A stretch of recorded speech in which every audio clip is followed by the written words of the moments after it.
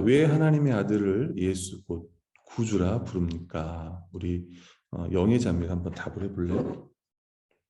그가 우리를 우리 죄에서 구원하시기 때문이고 또 그분 외에는 어디에서도 구원을 찾아서도 안 되며 발견할 수도 없기 때문입니다. 아멘. 자, 이게 첫 번째 우리 신앙 고백이에요. 그 아들 우리 주 예수 그리스도를 믿사오니라는 고백이고, 사도신경에서 사도신경은 이제 삼위일체에 관한 교리를 이제 진술한 건데, 그 중에 성자 하나님에 대한 고백이 가장 많이 차지하고 있습니다. 라틴어 어순에 보면 우리는 그 외아들 우리 주 예수 그리스도지만 라틴어 어순을 보면 예수 그리스도 독생자 주님 이렇게 고백을 해요. 순서대로. 그래서 오늘 이 시간에는 예수님에 대해서, 다음 주는 그리스도에 대해서, 그 다음 주는 독생자 주님에 대해서, 그러니까 성자 예수님에 대해서 그분의 인격을 처음에 이렇게 설명하고 그 다음에 어떤 사역, 십자가의 죽은 것, 부활에 대해서 이야기할 거예요. 예수라는 이름은 주 1세기의 흔한 이름이었다고 합니다. 그 당시 20명 가운데 한 명이 예수라는 이름을 지녔다고 해요. 예수라는 이름은 구약의 여호수아, 예수아라고도 하는 여호와는 구원이시다. 그 로마의 압제에서 우리를 구원하실 분에 대한 기대로 이름을 이제 예수라는 이름을 많이 지어줬습니다. 근데 예수님이 갖는 예수라는 이름은 다른 뜻이에요. 여기다 적어놨지만 하나님께서 친히 계시해 주시고 붙여주신 이름이에요. 우리 마태복음 1장 21절에 보면 아들을 낳으리니 이름을 예수라 하라. 그가 자기 백성의 죄에서 구원할 자이심이라. 그러니까 이 이름은 그냥 부모들이 좋은 뜻이니까 지어준 이름이 아니라 하나님께서 천사들을 통해서 직접 계시하신 이름이라는 거예요. 30문답입니다. 그렇다면 자신의 구원과 복을 소위 성인에게 혹은 자기 자신이나 다른 데서 찾는 사람들도 유일한 구주이신 예수를 믿는 것입니까? 자, 우리 광영지 한번 답을 해줄래요? 아닙니다. 그들은 유일한 구주이신 예수를 말로는 자랑하지만 행위로는 부인합니다. 예수가 완전한 구주가 아니든지 아니면 참된 믿음으로 이 구주를 영접한 자들이 그들의 구원에 필요한 모든 것을 그에게서 찾든지 둘 중에 하나만 사실입니다. 아마 딱 이것만 딱 들어봐도 약간 누구를 겨냥한 것 같아요. 이게 그 당시 생각해 보면 어떻게 보면 약간 카톨릭을 다 겨냥하는 것 같아요. 여기 보면 왜냐하면 카톨릭에서 개신교가 나온 거니까 개혁을 한 거니까 좀 살펴보면 이런 거예요. 결국은 예수라는 이름은 죄에서 구원하실 분, 자기 백성을 저희 죄에서 구원할 자라고 성경은 말씀하고 있습니다. 그래서 죄의 문제를 해결해 주실 분은 오직 예수 그리스도예요. 우리 사도행전의 말씀처럼 다른 이로서는 구원을 받을 수 없으니 없나니 천하 사람 중에 구원을 받을 만한 다른 이름을 우리에게 주신 일이 없음이라 하였더라. 만약 당신이 예수님 이외에 다른 대상을 믿고 의지한다면 그것은 당신이 예수님을 당신의 진정한 구원자로 믿지 않는다는 것을 의미한다. 책자에 보면 이런 이제 왜 우리는 하이델베르크 교리 문답을 사랑하는가 책자에 보면 이런 문구가 있어 가져왔는데 많은 사람들이 여러분 많은 사람들이 실제로 카톨릭 예수님을 안 믿는 건 아닙니다, 여러분. 우리 그 기억나요? 갈라디아서에도 예수님을 안 믿는 게 아니에요. 문제는 뭐예요? 예수님도 믿지만 율법도 지켜야 된다. 할례를 행해야 된다고 말했기 때문에 문제였지. 여러분 자칫 뭐 그 사람도 예수님 안 믿었는가? 아니에요. 그럼 여러분 카톨릭 다닌 사람들은 예수님 안 믿어요? 사도신경은 똑같이 카톨릭도 배우는데 고백하는데 근데 뭐가 문제냐면 진짜 예수님만을 의지하는가가 이제 문제인 거예요. 의외로 교회 다니는 사람들도 그런 사람 많아요. 예수님 믿지만 자기 행위를 신뢰하는 사람도 있습니다.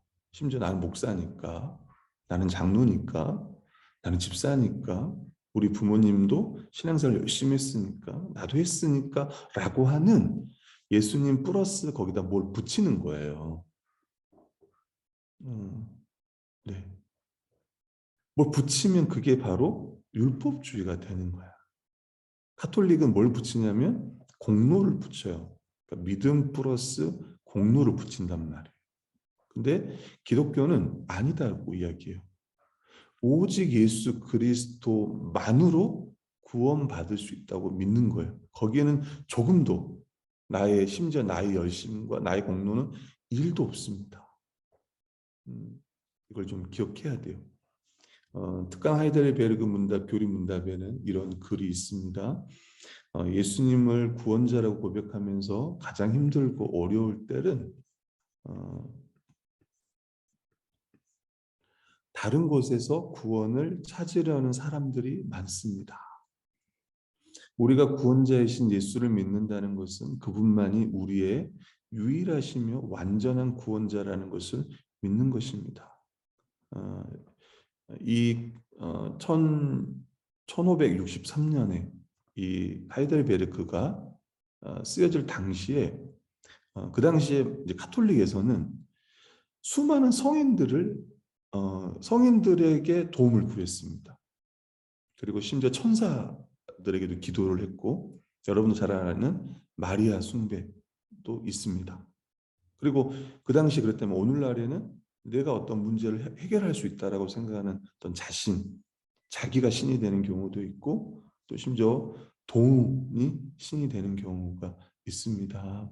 아니면 뭐 사람일 수도 있고요. 그래서 오늘 이제 우리가 좀 생각해야 될 건 이런 거예요.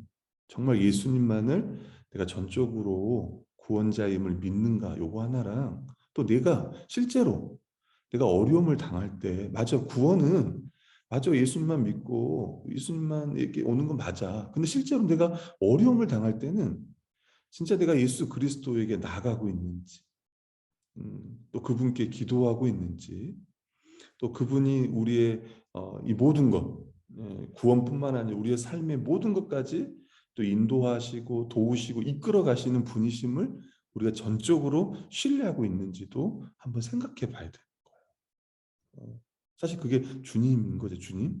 주님이라는 거는 정말 믿고 따르는 건데, 혹시 우리 가운데 그렇지는 않는지, 아니면 내가 지금 주님 말고 다른 것들을 의지하고 있지는 않는지도 한번 자신을 좀 돌아보았으면 합니다.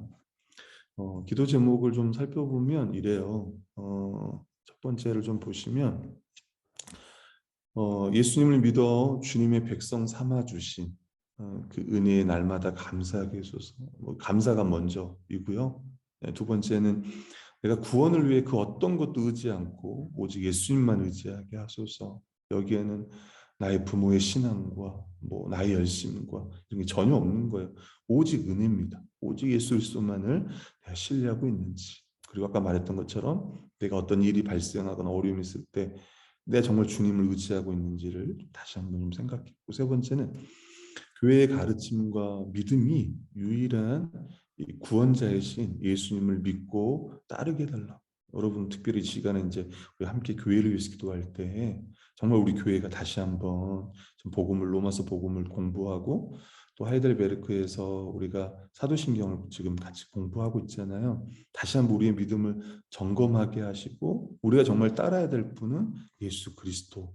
우리 그 말씀 교회가 다시 한번 이 복음의 핵심이라고 말하는 그 십자가에서 죽으신 예수 그리스도, 죽으실 뿐만 아니라 살아 역사하신 예수 그리스도, 하늘 보좌 위에서 우리를 위해 기도하고 중보하시는 예수 그리스도, 교회를 인도하시는 예수 그리스도를 바로 믿고 따라갈 수 있도록, 주님을 잘 따라갈 수 있도록, 이것을 좀 이룰 수 있잖아요. 때로는 목사님한테 좀 실망할 수도 있고, 또는 지체들한테도 좀 실망할 수도 있고, 그렇지만 그게 아니라 여러분 잘 알잖아요.